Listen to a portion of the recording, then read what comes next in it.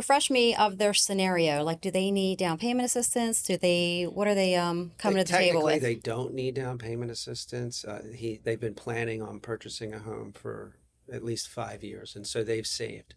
With that said, they had asked if there was assistance that was available to them, and in their case, they exceed the limit that would be allowed for them to receive any type of assistance. And we covered that. So, in some respect, they're in a great position. They've saved and they're ready to buy a house. For those that haven't saved, and there are grant programs available, but the reality is you don't need a down payment. You don't have to have money saved for the transaction. Now, you are expected to pay for the appraisal when it's ordered. That's roughly $500, and when you submit an offer, you have to have an EMD. Mm-hmm. So for me to say that you can buy a house with no money in the bank is not entirely true. You have to be prepared. Mm-hmm. Otherwise, you're just dreaming about a house. You're not planning on buying a house. But Mm-hmm.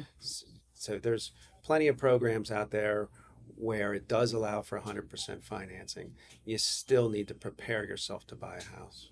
So when you say zero down payment, there's still going to be other closing costs, right? That's true. That's a big factor. On a $200,000 house, the closing costs are going to be somewhere probably around 13 or 14,000. Mm-hmm. You can ask the seller to Mm-hmm. contribute towards your closing costs, and potentially they can pay the entire amount. You can get a gift for closing costs if you're eligible. You can get a grant for closing Mm-hmm. costs.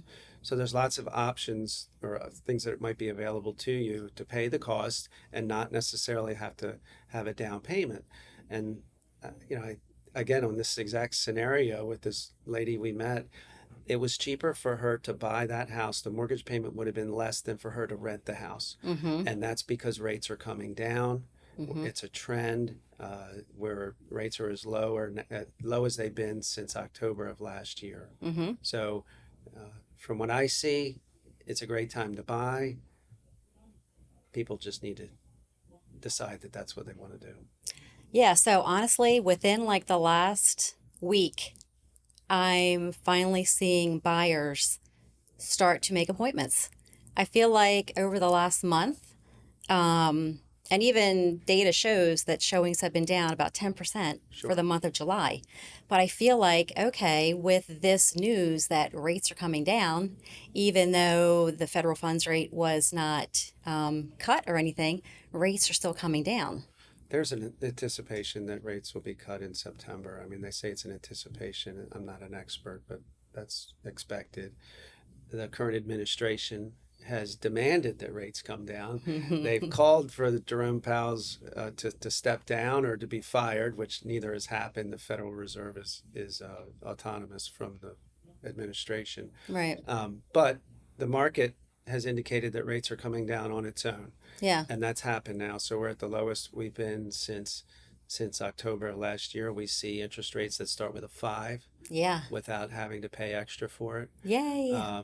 And I think when this happens, we're going to see a lot of people come off the sidelines that have said, "Oh, I'm going to wait for rates to come down." Well, rates are coming down, and if you wait too long, you're going to be competing with a lot more people to buy that house and try to Exactly. capture that rate that you've been waiting for.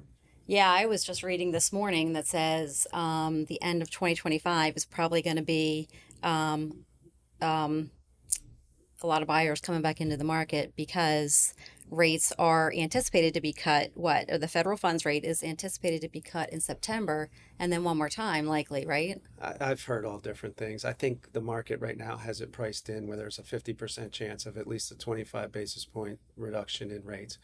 But I don't know that the amount of the cut matters as much as the trend that's established, and the trend that we have today shows that rates are coming down since October.